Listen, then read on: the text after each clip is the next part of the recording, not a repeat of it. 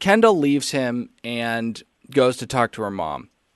This is the moment that makes me, again, I would never be approached because I'm too hairy and my BMI is a little bit too high. But this is why I would never be on this show.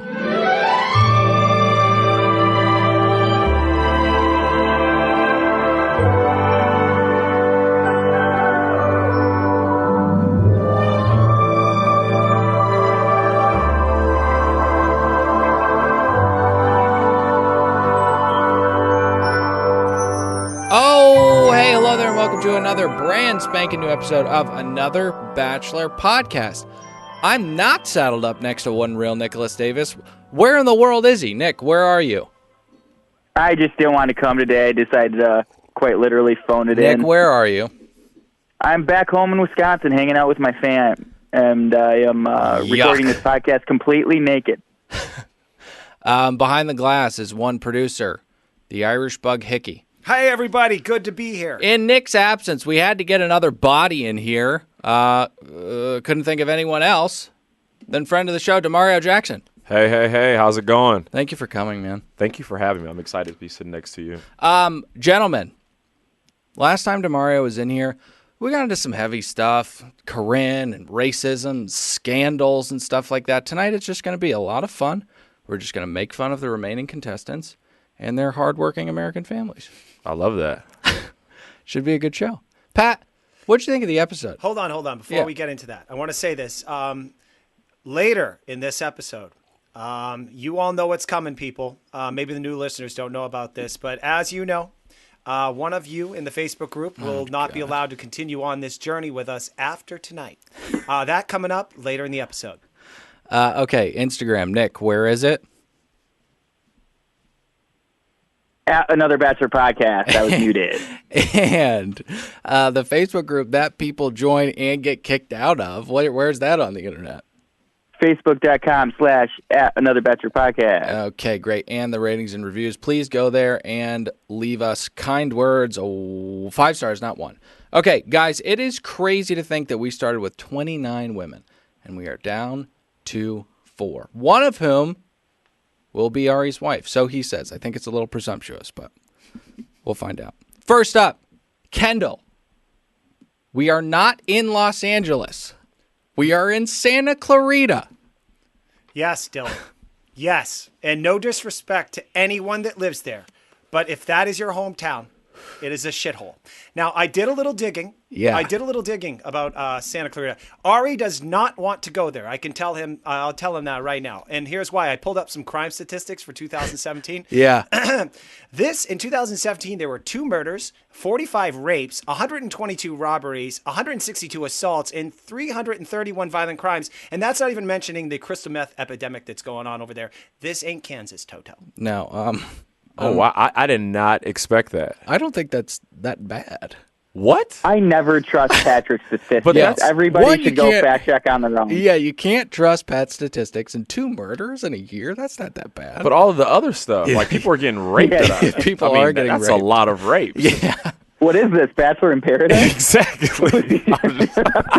Brutal. Okay. Well, it's offensive because they show the scenes of Hollywood and Highland, and it is just not Los Angeles for those not in this city. I get livid. I get triggered. It triggers me hard when somebody says, I'm from Los Angeles, and then they go Riverside. Right. Rep your city. I'm Right. from bumblefuck Vacaville, California, and I rep that shit Sounds until the awful. day that I die, and Right. it is awful. Yeah. But I rep it. Yeah, you have to be honest. You have to Santa be Clarita, truthful. San Fernando Valley. It's a rocky, gross suburb filled with yucky people. But anyways, Kendall's not yucky. I love Kendall.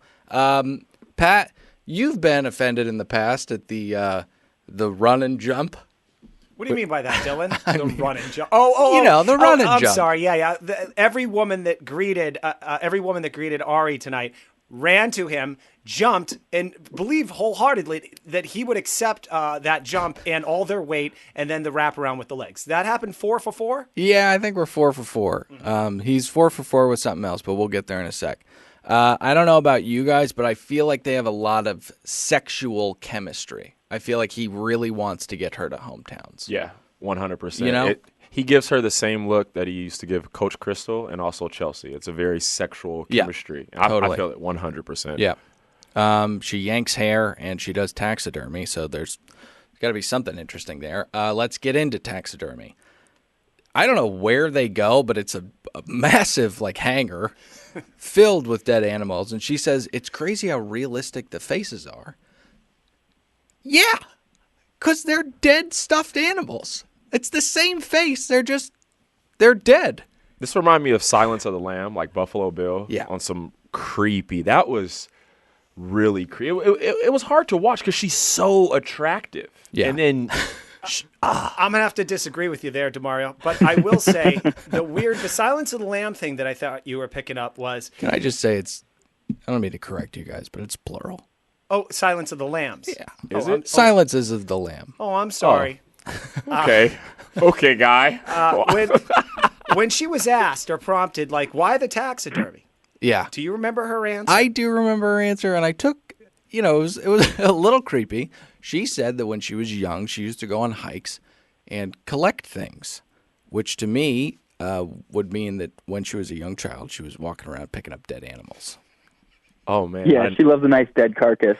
But, I mean, I love Kendall. Better to be weird than normal, right? Hold on. You're missing the main part of what she said about that. Yeah, what's She that? also said that she doesn't like things to leave her. And what taxidermy means to her is you never have to leave that person. They're there with you forever. Oh my God, don't ever leave me. Ever. Good. Because I'd find you. Okay, That's what came to mind. No, so does that mean when Arie passes away, is she going to, gut and stuff him? Yeah, he's going to be like Walt Disney. He's just going to be frozen God. somewhere. If she doesn't eat him first. Because she's also into the cannibalism. He's freaked out by this entire fucking thing. I mean, he walks in and he's just... I was. Yeah, he's uncomfortable with the whole thing. I was fine. Like, taxidermy's weird. It's not my thing. But when you see the empty skins, that's when I was like, this is not a cool hobby. I mean, whatever happened to collecting Pogs, baseball cards, Pokemon, dead animals. Dead animals. I'm telling you, her and Jack White are meant to be. He's all into taxidermy. They'd make a great couple. They're both kooky, but I feel like Jack White's too talented to be with Kendall. Listen, they sit down and get away from the. You guys don't want to talk about the rats in Paris, right? We don't need to talk about that. No, that was disturbing. They put the skin on the rats. It was sad. Okay, they sit down and he calls her Corky, which is not the right word, but they talk about the family, and it seems like every single contestant brings up the family and then mentions one member that they have to be, forewarned about. For Kendall, it is her sister, Kylie, the original Kardashians. That was so weird to me as Very well. weird. Very, very weird. They go to the family, and, the family's just got too much crystal in the house. Like, everyone's weird. The brother absolutely smokes weed. Too much weed. That oversized flannel. Yeah, he was high. I was going to say it looked decorated like they just went to living spaces and just pointed at everything and just said, I'll take that. Oh, no, I disagree. I think it looks like the Psychic Eye. That's on Ventura Boulevard. Go check it out. The father's looking at him like a lizard, and they all say he's very strange and heavy things like, this is a different kind of courtship, isn't it, Arie? Very weird. But Kendall leaves him and goes to talk to her mom. This is the moment that makes me, again, I would never be approached because I'm too hairy and my BMI is a little bit too high. But this is why I would never be on this show, because this seems like the most excruciatingly awkward situation ever. He's just there with Kylie and her stone brother and her lizard dad. And they were staring at him like, right? Like they'd eat him or something. Like it was, I wouldn't want to be in his position. It was very uncomfortable. I will say, Mom wasn't at the table, but her mother is just a darling. Her mother is so sweet. Dish. I'd call her my mother-in-law. Yeah. What? Well, why would you call her your mother-in-law? Well, just a hypothetical. If I was going to get married again. very confused. Nick, what did you think about Kendall's family? I just thought the weirdest part was her and her twin sister, just the intensity of their conversations. Way too intense. And how tireless that would get. I can't imagine them just talking about what they're going to have for dinner and if they know enough about it to be committed and if they really want to go through with it. It's too much. It's too much.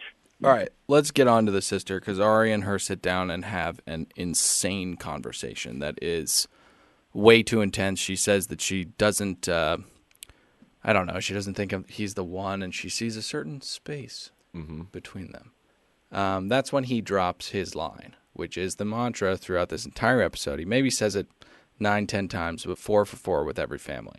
And that is, you guys know? Yeah, absolutely. Should we say it all at the same time? Yeah. On a 3, 2, 1? Let's 3, go. 2, 1. I'm falling for her. Oh, yeah, that was it. I thought it was I Think I'm in Love, but it was I'm Falling for Her. I'm falling for her. I will say, though, Dylan, when Kendall's sister said, and I thought it was a good question, she was like, she was questioning his intentions. She was coming at him with like a human being should.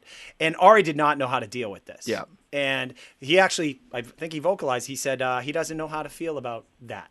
I think he meant her questioning. He also said, though, that Kendall's the most interesting woman that he has ever met. I can see that, right? I mean, she stuffs animals for a hobby. That's pretty, I mean, it's scary, but it's interesting nonetheless. And let's not forget the ukulele.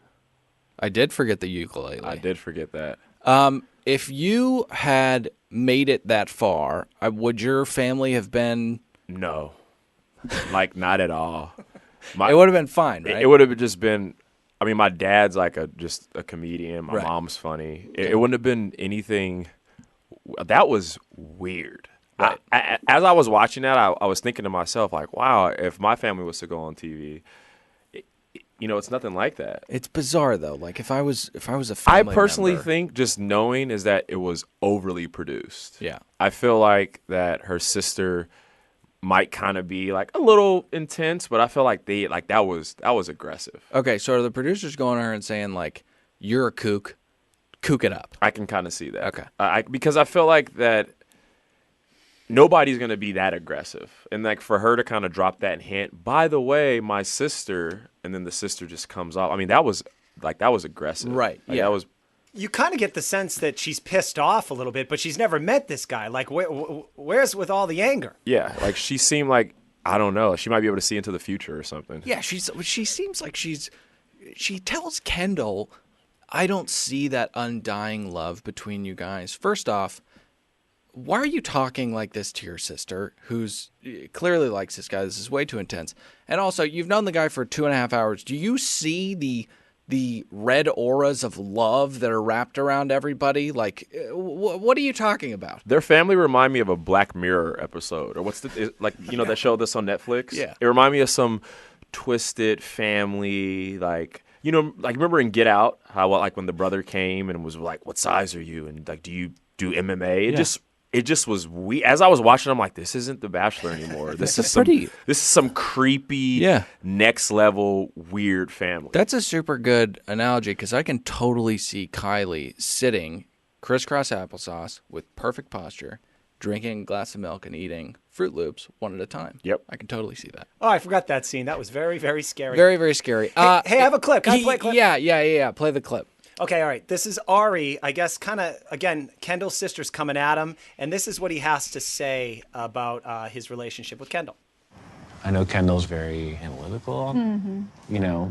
I do worry, like, if she could fall for me. Like, is this something that you feel like she could be ready for? Here was my issue with him mentioning that she's analytical. I don't know why that would be a drawback from a female's character, the fact that she's analytical. What would be the issue with that?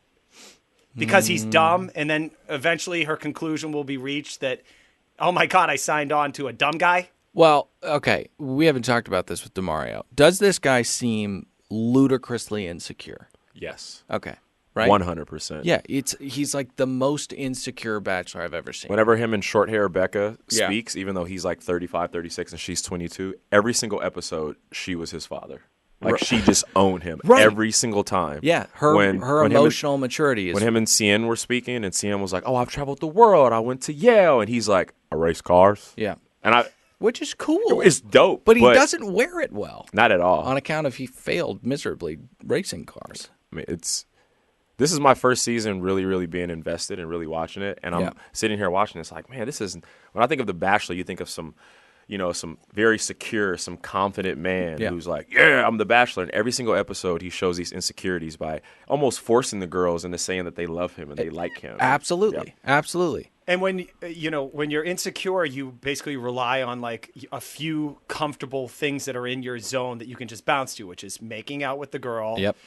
Giving her positive reinforcement, and then a bunch of other stuff, but definitely not talking and removing any of the layers to get deep with other human beings. Yeah, and the giggles. That's another trademark. Hey, Nick, you ready to go to Wiener?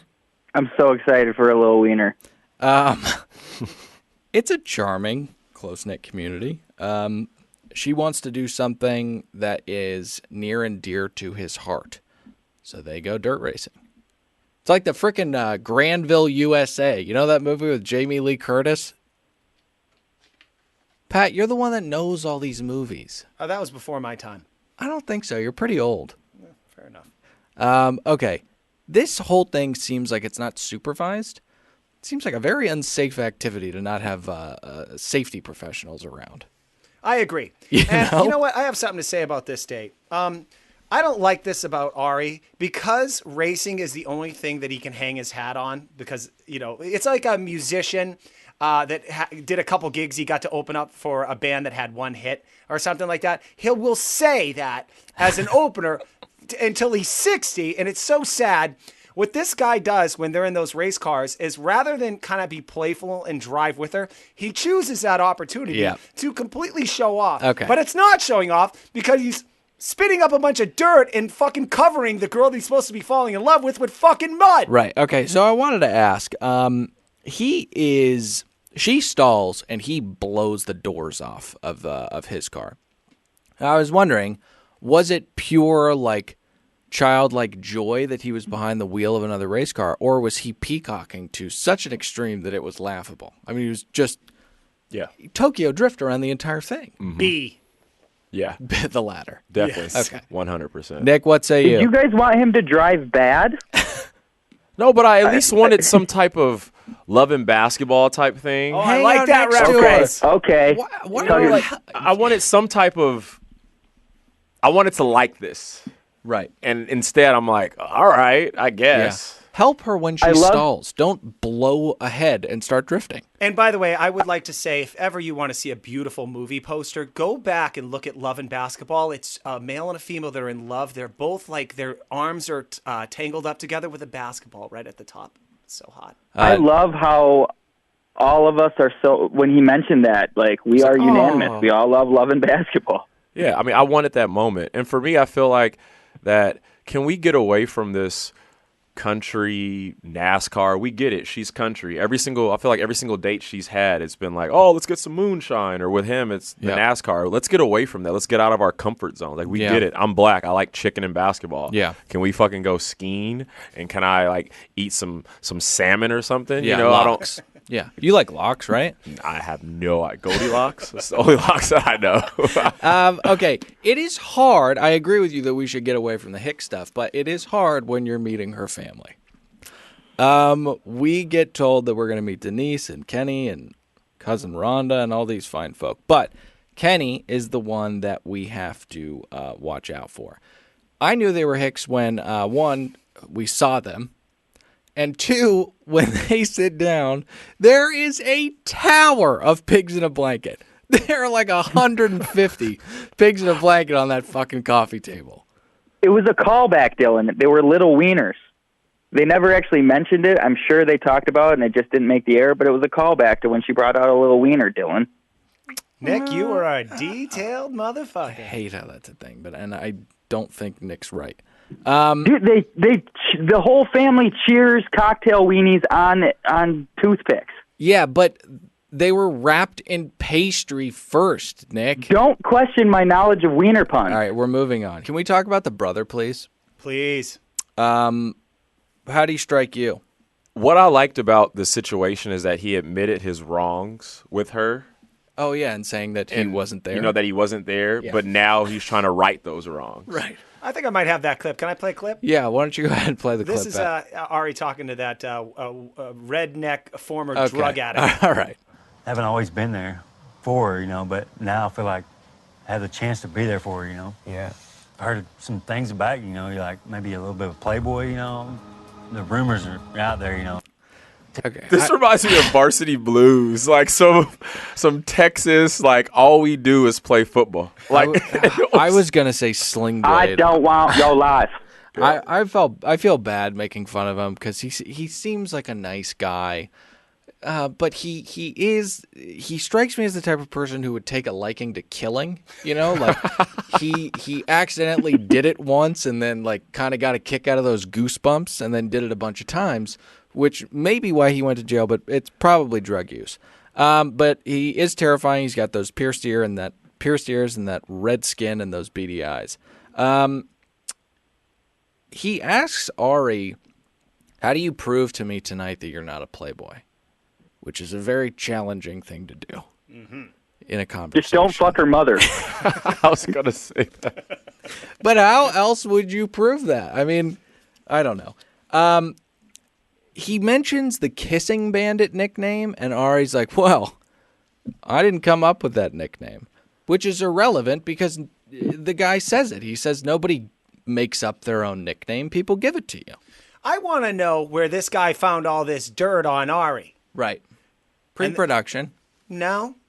If you've been to one of those Narcotic Anonymous meetings, there's a stack of those magazines sitting in the back. Have you been to Narcotic Anonymous meetings? No, I know a guy. I know, God. It's very concerning what you just said. It's anonymous, Dylan. But anyways, you get nicknames based on a specific talent or trait. Like Patrick's nickname is the Irish Bug. Hitler's nickname was the Hebe Slayer. And he didn't come up with that nickname himself. People gave him that nickname. So, anyways, he freaking... People call him that? Yes, the Hebe Slayer. It's in the history books. All joking aside, he kind of runs circles around this guy. Like he's interrogating him, but then he says, "Don't worry, I'm falling for her," and then just throws out some crumbs in the form of very generic characteristics about her. He's like, you know, she's a tough Southern girl, and she doesn't put up with a lot of shit. And the brother's like, "Oh my God, you do know my sister. You're a good dude." It's called, I have this, it's called the dumb effect. Okay. What Arie does is he just throws a few things out that are statements that are facts that the people that know the other person are excited about, and then he nods and says, "I love that," and then they buy into his bullshit. Right. It's amazing. It's like the lady on I love that. Venice and like the boardwalk, the one who reads your palm for like $5, and Yeah. she states the obvious: you have eyeballs, you have lips, Yeah. you're black. Did you get suckered in? Oh yeah, $10. Told me I was gonna have 11 kids. By the way, though I am so upset, and later on I'm even more upset that grown men that I would respect fall into this trap and sign off on this motherfucker. When you say grown men that you would respect, are you talking about Kenny? No, is that the Tomcat pilot? Oh no, we're getting ahead of ourselves. I just said, Dylan, the guy Okay, later on in the show. You know, we hate that. I mean, we can't get ahead of ourselves. Getting back on track, he sits down with her very plump father, and they have a conversation. He threatens that he's going to find him on Google, which I don't think he would. It's very difficult to pinpoint. No, he'd find him. Somebody's exact location on Google, and he seems like he's a fan of leisure, so I think he would probably abandon that effort pretty quickly. You know what this reminded me of? It reminded me of National Lampoons, the cousin who just shows up. Oh, right. Yes. It just kind of had that type of vibe to it. Where he's like, "I'm gonna find you." He just shows up at any racetrack. Are we talking about Just- Mr. Quaid? Yeah, yeah, exactly. Is he dead? Nah, he's alive. He's in Canada hiding. Someone should teach the dad to track someone in real time. You got to get on Instagram and go on their stories. That's how you're really going to find where they're at. Google's not going to tell you shit. Okay, that was very, very concerning. She says that at the end of the night, Tia says that she's falling in love with him. She's been the most forthright with her feelings about him, and he says that I wish I could say more. And I think that you guys may disagree, but I think that he truly wishes that, because I think he knows right there and then that if he could talk, he could save her a trip back to Los Angeles. Yep. Arie, throughout the season, he's been very vocal with either his words or his body expressions. Like, I think it was Lauren S., the one who talked herself out of everything when he started eating. I think that's the first person in the history of this franchise who's actually ate. Which one was Lauren Remember, S? that was the one who was just talking. She was on the date in Napa. Oh, and she was just like, right. A, B, C, D, E, F, G, H, I, J, K, and just going. She just was me, basically, on Adderall. Now, DeMario, the reason he's bringing this up, that Arie was seen eating on the show, is that it is known that they put the food there, but they feed the people before the date. So that's why the food is never touched during their conversation. But she annoyed him so much. He was so bored that he began eating his Caesar salad. Right. That's a Started bad eating the sign. Yeah. That's why we need DeMario in here. He's the insider. He's got the inside scoop on stuff. Can I say something? Obviously, this is not getting ahead of ourselves, but we were talking about, he could have saved this chick some time. I know why Arie did not want to pick Tia. Can I? Do you want to say it? Yeah, can I say it? Yeah, go for it. He hated that fucking gross family. He ain't going back there for Christmas. Yeah, I think I think dealing you're with right. this, brother. Yeah, I think you're right. Like you're gonna take advice from a guy that's got 3 DUIs, going, "Hey, yeah, probably more than that."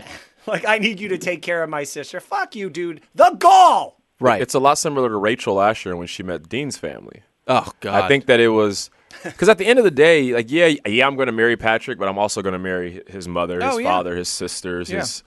So I've dumped girls for this, honestly, seriously. Hey, Chad, seriously, dude, you cheated on your wife. You're going to tell me how I should teach her? Who are you talking to? Myself, my inner monologue. Okay. It's so weird though, because listeners of this podcast will know I was so confident that Tia was going to win this competition. They seemed like they hit it off when they went to that serial killer's house in the Everglades that took him 10 years to build. I thought they had a great date, but alas, she is gone. We are getting ahead of ourselves. God dang it. Once again, let's go to Minnesota where Nick is.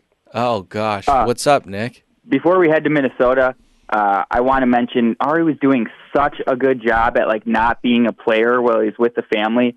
But then I don't know if you guys caught this, on his way out the door, he accidentally fucked cousin Rhonda. Is that right? I did see that. He did it so was quick. quickly. It was quick. Yeah. Yeah, they throw him in there, but so that's when I knew I didn't think Tia might make it. But yeah, on to Minnesota. So let's go to Minnesota. You're there right now, right? I'm to Minnesota's better neighbor, Wisconsin, but yes, very, very close. What do you say? Gold jacket? Green jacket, who gives a shit? Yeah, okay. Let's go to Minnesota. They meet in a lovely apple orchard. He looks like he is fucking freezing cold. Freezing cold. And then she tells him that they're going to be spending the entire afternoon in that orchard, and he doesn't look happy. Even the apples aren't happy to be there. They're all dead on the ground. I counted like 33,000 apples on the ground. It's not even apple pick anymore. It's more like apple shoveling. You're like Rain Man. You can count such high numbers so fast. You know what that's called? It's called subitizing. Just being able to see a large quantity of things and know instantly how much it is. Subitizing. There's your word of the day. My stepdad can come in here and he can count all like the little tile specks. He'll be like, "Oh, there's 3,333 tile specks on the wall." Is he autistic? I think. Yeah. No, like legit. I honestly do. Yeah. Like we legit need to get him tested. Yeah, no, he's probably on the spectrum. I mean, cool superpower though. Yeah, it's They go to that slingshot thing, and I feel like they get way too excited about not hitting a bullseye. Did you see that? Mm-hmm. They got like the second ring and flipped out. Hey, India. We're so rich here in America that we get to take food, bundle it in a ball of rubber, and fucking throw it at a fucking wall and watch it explode. I love that Gaffigan bit when he's like, try to explain appetizers to African children. Oh, that's the food we eat before we eat our food. Dessert? Oh, that's the food we eat after we've finished our food. Okay, let's move on. Who's the person we have to watch out for in this family? Uncle Gary, the pastor, who I'm a little confused about. He's taken over the role as the father, but is he betting the mother? Or is he just taking on the role? Are you not familiar with the Minnesota tradition? That is custom. No. If custom? If the patriarch dies, the mother must bed the uncle. Yeah, well, it was weird because it's the Cougar Johnson family, so I thought maybe something was going on there. Maybe a remarriage got that hyphen in that name, but who am I to say? Here's what I'm upset about.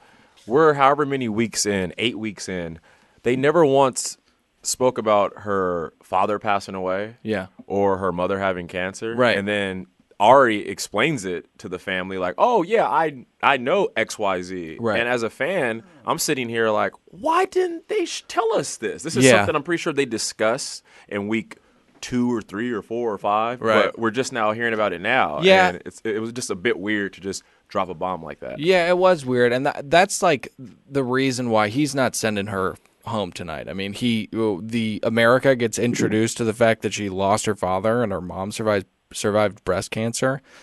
He did tell us. The mom breast cancer was new, but on their first date, she did talk about how her dad got cancer with 3 years, but they got when she was 16 and had it for 3 years and died when she was 19, and that's when her and her sister became very close. That was introduced, but it was the first date of the season. It was a lifetime ago. And I'm so bored by Bozo Becca that I probably just wasn't paying attention. You know what I was bored by? Walking in with Uncle Gary and having to check out Dead Steve's wooden duck collection. Okay, first off, how many old people are there? I mean, not a lot of young people, and by not a lot, I mean none. It's just all AARP card holders. That was a mumble mouth. But you're right. He walks Arie in and just starts waxing poetic about this magnificent Steve, about how he's a great hunter. And look up. Do you see all these ducks? I mean, can you imagine how incredible this guy was? Plot twist. Steve and the uncle had a thing. Oh. The way he described him was very... I mean, the tears, the duck... Yeah. He should be here instead of me. I'm like, oh, man. Quote DeMario Jackson. The tears? The ducks? The ducks, that was just, man. It reminds me of the taxidermist. Yeah. Brought me back. I don't talk about it. He asked a very important question, which I don't think got answered. But Uncle Gary turns to Arie and he says, so are we wasting time here? Yeah. I listened to Arie answer this question. I don't think... Did we get an answer out of this? Well, this is the problem. Gary kind of corners him with his rented orthopedic cane resting between his legs. He's got all these brain busters for him, and Arie knocks every single one of them out of the park. He's like, what's going to happen if she wants to go to church, huh? What's going to happen? And he's like, I'll go to church with her. And Gary's like, okay. And he's like, are we wasting time here with this? And he's like, no, I really like her. And he's like, okay, just silence. Gary, calm down. Everything's okay. Aside from the whole, her heart's going to be broken. She's going to be embarrassed on national television. That part sucks. But and your family genetics clearly having a predisposition to cancer. Yikes. Right there, I'd scratch her off the list. I totally agree. I would at least get her genome mapped. See what we're dealing with. It's not for me. It's for our kids. Right. Yeah. Okay. He navigates the mom's questions super well as well. She's asking about where I don't know, some bullshit question. And he starts spinning this line about how his parents are his biggest inspiration. And they've been with each other for 37 years. And they wake up every morning and they choose each other. And she's just like, oh, my God, aren't you a nice young man? Dylan, I know you're bothered by me saying this, but when I was a single guy, and I'm happily married now, I had certain lines and stories that I would hit to bring them in. DeMario's pointing to his head I now. want both. Yeah, let's get them from you guys. Okay. And so what you would do is what's going to appeal to the females. So you have like your 3 go-tos or whatever, and that was one of Arie's. And that works every single fucking day. It works because it says he's from a stable home. That's number one. And also says he appreciates his parents and he also loves love. Right. Mm-hmm. Yeah. That's DeMario? common sense. When you walk into a Dallas Cowboy house, you bring up Aikman, you bring Right. up Smith, you bring Yeah. up Irvin. When you go back east to Boston, you bring up Kevin McHale, you bring up Larry Bird. You guys are You know, killers. you have to. It's certain things you do. Yeah. You know, you speak to a mother who's a big Laker fan. You talk about Kobe, talk about the glory. Hey, I remember Magic. I remember Kareem. Yeah. That's exactly what when he said that. I go, oh, okay, Arie. Yeah. Okay, Arie. I see you. Maybe Kenny was right. Maybe he is a playboy. Well, that's why he fucked cousin Rhonda that fast. Yeah. Oh. And don't get me started on that son of a bitch, Kareem. Yeah. Well, what's wrong with Kareem? We've told the story in the podcast. DeMario hasn't heard it. Oh, yes. He, Oh, my God. I love this story. he stiffed me for a picture after I went out of my way to get himself that man a lemonade. Right. Fucking asshole. Yeah. He comes in here. No, he's a sweet man. It's a personal rule. He's I not get a it. sweet He pulled man. out He's kind of a dick. And Nick was like, "Can we get you any coffee or water?" And he goes, "Lemonade." And Nick goes to the gas station, comes back. I'm just retelling Nick's story that he just told. I realize that right now. Nick, why don't you finish it up? No, but you did help out. You showed how eager I was to please him and how excited I was, hence why it was such a letdown when he stiffed me. Although he did pull out a stack of signed cards from his back pocket and gave me that. How incredible is that? It was a pretty pro move. You have to walk through life being armed with those pictures. So it's like the equivalent, like the Derek Jeter gift baskets. But What he are gives those? Yeah. You don't Except know? Kareem No, did no, not no, fuck me. Oh my God, Derek Jeter gives out gift baskets to girls that he has sex with. Like the Oh, next day, wow. it has like cards and jerseys, tickets, like sign balls, like legendary. Oh, So they can let's- make some money. 'Cause they're not I actually know a girl from NYU who used to bang him and A-Rod, and she confirmed. She's like, yeah, it's like legendary. Who gives the better gift basket? Probably A-Rod. A-Rod used to just cash out money, Okay. especially when he was going through the depression when his wife caught him with those 15 strippers. Oh, wow. In That's so Toronto. many strippers to be caught with. That's like, you can't talk your way out of that. Yeah, A-Rod and Tiger Woods, they have a lot of similarities. I don't understand the point of them not knowing their superstarness and leaving actual messages like, "Hey, Michelle, this is Alex or Emmanuel Yeah. Rodriguez from the Right. New York Yankees, number 13, the guy who Wise up. yeah, like Yeah. what? Yeah. Can I book in this? Yes. At some point, Kareem is going to go home every night, and then he forgets the cards are in his pocket. And you all know what, like when business cards have been in your wallet too long and how smushed down and That's what Nick got. overrun they look, and then you pull it out. That's what he's giving to fans. Yeah. Yeah. I have a Kareem story too, but we've talked way too much about professional athletes right now, and I will hold off on that. Yours is pretty good. It's relevant. Tell it. No, it's fine. Let's get into him asking for Becca's mother's blessing. Now, this infuriates me to no end because every single parent who is asked for a blessing from the bachelor or bachelorette usually says, I support her choice, and I think she's got a good picker. Something along those lines. Mm-hmm. They skirt around it. Every time he asks for a blessing, that is the line that is said. Hey, Pat, do you have a clip? Oh, you want to hear what Rebecca's mom said when he asked for her hand in marriage? Yeah, it's mom, but yeah, go ahead. Hey, shut up. So this is something that's very important to me, and I know that Becca's dad's not here. And if we do get to the point where I ask Becca for her hand in marriage, I really want your blessing. I feel like it's important for her and for me to know that we have your support. And it would be obviously a choice between the two of us. Obviously. Yeah. I don't know that you need. Okay, here's what I could give a blessing to. Okay. I would honor whatever her choice is because I trust her and I love her. How's that? I love that. He loves that. Exhibit A! Just 1 minute later, may I play the clip? You have another clip? Oh, you want to hear a clip? Yeah, go for it, Pat. This is what Arie went out, Rebecca out in the front yard and told her about his conversation with her mother about him asking for her hand in marriage. Yes, Well, I'm very. I got her blessing. You did. I You did. asked her, huh? I did ask her. Wow. Yeah. It's a lie. Yeah. I like that. Yeah. It's a lie. Can you believe that? He lied on national television. I don't think that he's into her. I just, out of all the girls, I don't feel that with her. and him. But we'll see. We'll see what happens. She's still left, but I'm getting ahead of myself. Hey, do you guys want to get into Lauren B? Boring Lauren? Boring Lauren, yeah. I love her. She's so boring. Before we do, hey, Pat, do you want to get into a little iTunes ratings and reviews? Absolutely, Dylan. I can't wait to do it. Okay, Pat. That was a yucky voice. Harp. Dude, we promised last week we were going to deliver on something. You promised. Hey, shut up. Can I get started? Okay.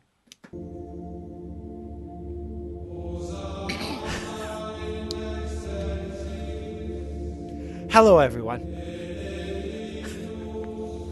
As you all remember last week, I made the decree that one of you would be kicked out of Facebook group this week.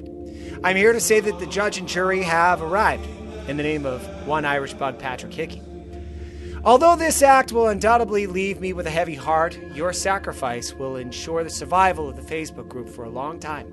Let me explain. A few weeks back, I was watching that 1980s sci-fi fantasy film, Dragon Slayer, in which the townspeople would sacrifice one of their own in order to keep the dragons from burning the rest of the town down. And I learned a lot from that, Dylan. You never know when your number's up, so you better appreciate how good you got it.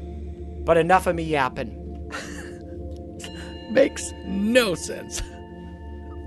But continue. Dying times here. I got a hat and all your names. Yeah. All your names have been written on small tablets, and I will now randomly select a single name out of the hat. Okay. The person that I name will be kicked out of the group. Yeah. And that person will have 24 hours to write me on Facebook and make your case why you should be allowed to stay in the group. 24 hours? How great I am, and tell me your favorite thing about me. I will look over your statement and render a judgment of your fate. The name of said person that will be kicked out, I'm sorry, is Laurel Cato. Laurel Cato, you're being kicked out of the group.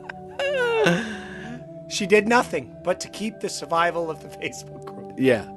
So if I'm tracking correctly, we must kick out one person to ensure that this Facebook group grows. Correct. Okay. Seems like broken logic to me, but... Laurel, get on it! Get on it, Laurel. And by the way, all of you listening, tag her or whatever that social media business happens. Let her know she's kicked out of the group, so she will write me a message telling me how great I am and what she loves about me. And I will consider allowing her back in the group. I hate this idea. Do you want to get into any actual ratings and reviews? No, dude, that's it. Okay, Harp. Lauren B.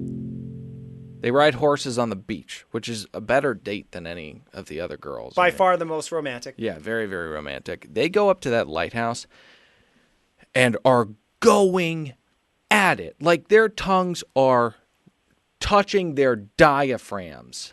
And the camera is just right there, right in their face, and they're still just jamming them down. They remind me of Paradise. How so?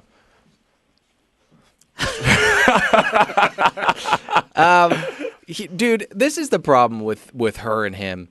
He says that they've had so many amazing dates. And Nick, you've got a source. DeMario, you've got sources. There's a lot of foul play going on here. We can't get a truthful read on this relationship because what we've seen, I think objectively, have been awful dates. God awful. With them not saying any words to one another, just kicking the footy around, eating pizza, and again, not talking. But he claims that they've had amazing dates. That Paris date was terrible. Terrible. Nick, do you want to go ahead and tell us about what you heard from your source? Yeah, from my airtight source, which was a Reddit thread of someone's friend whose husband works on The Bachelor. Yeah. But it sounds airtight to me. So we discussed when he oddly got up and walks out after she confessed she confessed her love for him, and he just goes and I heard a lot of rumors. People were saying maybe he had to fart, or maybe I believe that was Patrick's theory. Yeah, and, when you said people, it's Pat. He needed to get up and toot. Which was a solid theory from what we saw, but from what I heard, he had to get up and ask permission from the producers if he could reciprocate Lauren's feelings. By that, I don't know what you want from me, Dylan.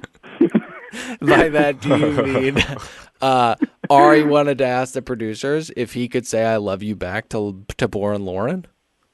Yep, he wanted to say "I love you" to Tabor and Lauren. Okay, so now see, we could be wrong, but if that's the case, then she's won this competition. It could not be the case, but that is not a good sign. It's still so confounding that he feels as strongly about this woman as he does, because seemingly they've had a terrible relationship. But let's move on to the family. Can you imagine meeting an entire family full of Laurens? The people, or worse, the people that raised and created Lauren. They're just quiet, and they look a lot, and they don't say much. I wonder a lot about those families. Like, how boring are your Friday nights or your dinners? Or like, I'm a loudmouth and I'm stupid. I know I would never fit into a family like that. Yeah. Like, they'd obviously throw me out. I will say the mom's holding up her looks, which I appreciate. I looked at a lot of the moms. Rebecca's mom, Arie, fucking run. There's a classic Will Ferrell sketch where he's at a dinner table and Anna Gasteyer is the mom, and it's just awkward, stilted conversation where there are bursts of rage every few seconds, and this is what Lauren's family reminds me of. I feel like they're quiet until they explode, but ABC will never show those. This is a family filled with rage. These editors are real sons of bitches, because we're led to believe that Lauren's father is capable of murdering Arie, that this is going to be a bad situation for him. I mean, this guy's a cakewalk. He was the nicest parent of the whole show. Again, Arie knew what to drop, much like me when I meet a Laker mom. I'm going to say he knew to drop. You know, what was that? The Army, the military. Yeah, I think Pat might have a clip of this. Pat, do you have a clip of this? Oh, you want to see this rouge? The fucking Arie pulled the rouge. What's my thing called? The dumb spell is what he pulls on. Like you said it 30 minutes ago. Yeah. Intelligent people lose their awareness and any sense of like Here we go. Did you fly when you flew? Mostly my career, Tomcats, but at the end, a Super Hornet. That's awesome. I flew a C-130 once. Positive reinforcement. You flew it? Yeah. So this is kind of a crazy story, but in 2008, Hold on. Can I stop there? I'm pretty sure I've done some research on Arie. He does not have a pilot license to fly a Tomcat. Maybe he had like a situation where he had his hand on the throttle. Yeah, he sat on the pilot's lap. They're like, "Arie, come on, bud, get up here," and they let him hold the handle. Yeah. What does Leslie Nielsen say? Is it Leslie Nielsen? You ever seen a grown man naked? Oh my God! Full circle. Who's the other pilot in Airplane? Kareem, that son of a bitch. All right, so he lays that on a dad who's a smart guy, flies planes, Tomcats. Yes. He says, super. By the way, there's no second guessing there. Dad doesn't say, "Oh, really?" Right. What Air Force Academy did you study at? This is what he follows up with. a bunch of drivers went to Iraq for a Goodwill tour. Yeah. And it was an incredible experience. We went from base to base and just hung out with him, and it was really cool to just experience so that. You went over to Iraq and hung out with our soldiers, sailors, and Marines. It was awesome. Seriously? Yeah, it was incredible. Thank you. Yeah, of course. Thank you for doing that. Oh my gosh, it was incredible. Hey, dude, my daughter's upstairs right now with her legs spread open. Do you mind having sex with her? Can we video this? Like, dude, I was so fucking bummed that this intelligent man, a military man that has given his life for us in America, sits next to this fucking tool and fucking buys into his bag of bullshit. I was so fucking bummed. You know what? I put in a call to action. Arie must die. Arie must die. Hashtag. Is that too long? I think with 2 Arie must dies, it might be a little too long, but I Well, think we could cut out one of the hashtags. yeah, I think the aggression might be where the problem lies. But Nick, you're the social media expert. You will work that. It reminded me of the Brian Williams guy. I actually just had to Google him. The Oh, guy yeah. that was like I was there. Right? Yeah, he was shot at. He just, or like Hillary when she said she got off the plane in Africa and like Yep. all those things. Yep. I'm just sitting here to where I'm like, we need to start fact checking Arie. Yep. Yeah, I think we do too. Yeah. Because go ahead. It seemed far fetched because, like, imagine you're overseas fighting insurgents in Iraq, and they send Arie over as your entertainment. You had to just be like, "What the hell are we fighting for?" Yeah. So, That's true. so it doesn't add up. It doesn't add up. Can you imagine those conversations? Like, so, what do you do? Race cars. You ever won? Not a single race. Oddly enough, her If mom. he goes back, he can be like, "I beat a girl I took back to hometowns in a race once now. Oh yeah. That's a 1 for 60." Yeah, it's quite the feather in the cap. And a very small field, but it is a victory nonetheless. Her mom ends up being the tough one. She's far too boring to anchor the suspense and the marketing of this show around, but she's the one that's like super suspicious of him. And the whole time I'm thinking, baby child, you have nothing to worry about. Lauren's gonna win this entire competition. Nothing else to say, right? Do you guys have anything else to say? Can we move on? Well, Dylan, we started the show off by saying there was a running theme through here, the whole show, which Arie, when he would talk to the family, he would tell the family, or individually with the family, he would say one phrase. And that phrase was his safe zone, which is, "I'm falling for Rebecca. I'm falling for Tia. I'm falling for Lauren B. And finally, I'm falling for Kendra." He said it 4 fucking times. Dude, I would be exhausted. I was a complete pussy hound back in the day. Okay. I could never handle more than 2 plates spinning. 2 women, never mind fucking 4. And then lying to a bunch of parents. What'd you call yourself? A pussy hound. A pussy hound. I'm stealing that. That's gonna be my new Bumble. Don't steal that, Bio. DeMario. You can do better. Pussy hound that's pretty legendary. Let's get into Patrick has some lines like that because actually before Raven said it on Bachelor in Paradise, Patrick introduced Dylan and I to the phrase "stank on your hang low" as well. Yeah, that actually is a good one. And then coincidentally, the next episode of Bachelor in Paradise, they show Raven telling everybody about it. So yeah, Patrick's got a good lexicon. Some quips. We got to get into this elimination, but before we do, hey, do you want to take a break to hear a word from our sponsors? Sure. Harp. Tonight's episode is sponsored by Mike's Driving School for the Blind and Hard of Seeing. London, L.A., Tokyo, Duluth. What do all these places have in common? They all have amazing nightlife, and also you really need a car to get around. But what about the blind? How are they supposed to drive around enjoying things? That's where I come in. Hi, I'm Mike, and I'm in a better position than most to teach the blind how to drive, in that I can drive. And once went to school with this blind kid named Jonathan. He had the stick and everything. In my 6-week program, you'll learn about the secrets that the so-called Department of Motor Vehicles won't teach you. Like here's something you probably don't know. As crucial as eyes are to transit, so is trust in yourself. But I can't go giving up all my secrets. You're going to have to head down to Sun Valley and see for yourself. Oops, I forgot. Because we're only weeks away from certification, having filed all of the required appeals paperwork, for a limited time, we're offering the discount of a lifetime.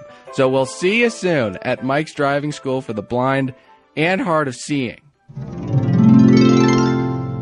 Elimination. It's come down to this. Family man and lover of whores, Chris Harrison, steps out. And he's there to greet all the girls. Walks them all in. And Arie says that he is not sure what to do. Do we buy this at all? Absolutely not. Not at all. Not at all. No. So why the Kendall conversation then? If he knows what he's doing. Because she's not attractive, and Easy. he wants to look like a good guy. I think Kendall's really pretty. Do you think Kendall's? I think Kendall's she's like a weird pretty. Yeah, she's Yeah. pretty. Oh, please. Like, he's going back to that fucking drug-addled Santa Clarita and he putting lives skin in on rats. Flagstaff or wherever the fuck he's from. Nick, what's it called? Scottsdale. Sorry, what? Scottsdale. Never mind. Pat, do you want to chat about this Kendall conversation? Yeah, okay. So all the 4 ladies are lined up. They're all nervous because they're all invested in this emotionally. And what's he do? He loves to torture the women. He says, Kendall, can I pull you aside? And then he pulls her into another room, leaving the other 3 women, which I thought was very disrespectful, having to, fend for themselves, trying to understand what's going on Yeah. here. Lauren's got a ton to say. Yeah, she does. So nerve-wracking. Need to know if you can get there. If you feel like there's a chance you can get engaged. If you feel like this is something that you can do. Moving forward, like, I'm not ready for this to end, like, at all. I know it's not about that though. It's about, could you be engaged and be comfortable in that?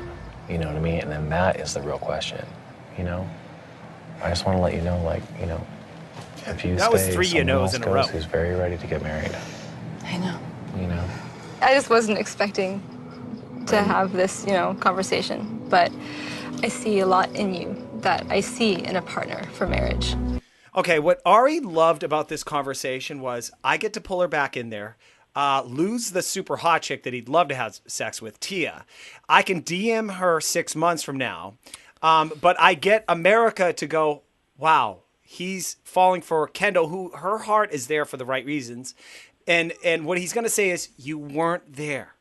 You weren't committed enough for me to give you this rose. That's too, yeah, I'm not buying that at all. 100%. Not buying that He at all. loved that she didn't just say, I'm in. She was still questioning her feelings. Well, this is what makes me angry. It's a complete line of bullshit because we all know that Arie's not going to marry the person that he picks at the end of this. And getting back to our A-Rod and Derek Jeter conversation, how you got to be a little smart about these seedy dealings.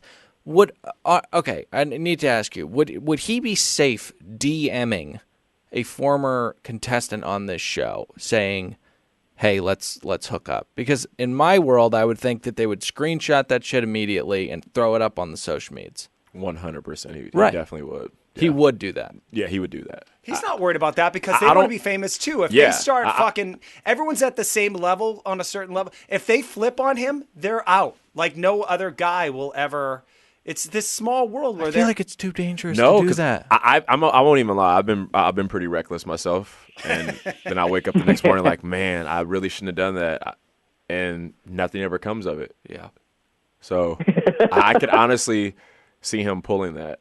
Especially you're at the point now to where this whole season you've been making out and touching and rubbing, and you can get it. A lot of rubbing. You can get it. Especially like with the girl Jenna with the white dress who hopped Yeah. on him. He's definitely in her DMs right now, like for sure.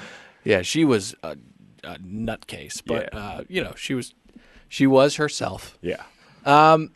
So it's a weird thing that he does. It's disingenuous, and he kind of like that clip he's talking, but for the majority of the conversation, he's just given her silence to hang herself on, and she navigates it pretty well. Like Crystal failed miserably when they both sat down to dinner, and it was just quiet, and she was like, the color and the texture and the depth, like through the thick and the thin, like it's all magical. It's dangerous when there's silence and you just jump in and start going. But I thought Kendall did well. She apparently did because she doesn't go home. Tia does, which is it blindsided me. Well, it blindsided me because I've been protesting all this entire season that there was going to be a Southern fucking dude walking through the fucking door, right? And that was going to be Tia's guy, so Yeah. I knew she was going to be out. And egg on my face. Yeah, egg on your face. You were duped. You were duped, Patrick. Can I say real quick? We're wrapping up here, but he says that once and for all, what are these talking head interviews called? What do they call them on set? ITMs. ITMs. Yeah. We call them In the moment. OTFs. And the moments. ITMs. Okay, he has an ITM, I think, when he said where he says, this is the hardest decision I've ever made in my life. And while it is hard, I would say that going from the Indy 500 to selling real estate in Flagstaff, while the choice was probably made up for him already, I would imagine that's the hardest decision he's ever had to make in his life. You know, because going from the racing circuit, banging 16-year-olds, as you would say, still waiting for those allegations. They're coming, dude. Still waiting for them. And moving on to tract homes in the desert, I would imagine that'd be weighing. But Tia goes home. I don't understand. It's a lateral move. The high-speed world of racing to the high-speed world of Scottsdale real estate. One final note. Before the trailer, as they're running credits, it shows Arie and Kendall at that taxidermy building. And they're playing with those dead rats that they re-put the skin on them. Yeah. And they're like kind of fake playing with the dead rats, which was a little disturbing. A little improv. And if you caught what they said, Arie says, kiss me, as the rats are bumping up against each other. And he said, kiss me like you mean it, Lauren. Really? No. No way. No way. Yes. Okay, we're gonna have to drop that clip in right here. I'm gonna have to check that out because I'm really glad you brought that scene up because I also noticed that Kendall said she thought Arie was rat-tastic, and I thought the go-to pun there should have been you're ratical, and it bummed me out. Yeah, I think you're kind of splitting hairs here, Nick. Splitting rat hairs here? Yeah. Okay, we need to wrap up this show. Before we do, Nick, where's the Instagram on the internet again? At Another Bachelor Podcast. And the Facebook group? So you say Facebook group, and I actually don't know the exact URL for that, but the Facebook page is facebook.com/Another Bachelor Podcast. Okay, guys, we've got more episodes coming up. We're going to be covering the fucking Winter Games later this week, which we love so much. I'm not showing up. I'll phone it in. Nick, Pat, you're coming to that recording. Do you, real quick, DeMario? Yuki 2020. DeMario, are you watching this? I have not watched it. It's horrendous. Were you approached to do this? No, that's when I was in Thailand. Okay. Yep. All right. We need to get out of the studio. It's too hot. I'm Dylan. I can feel it from here. I'm Dylan saying goodbye. DeMario, say goodbye. Peace. Nick, say goodbye. Goodbye. And Pat, hey, say goodbye. Goodbye.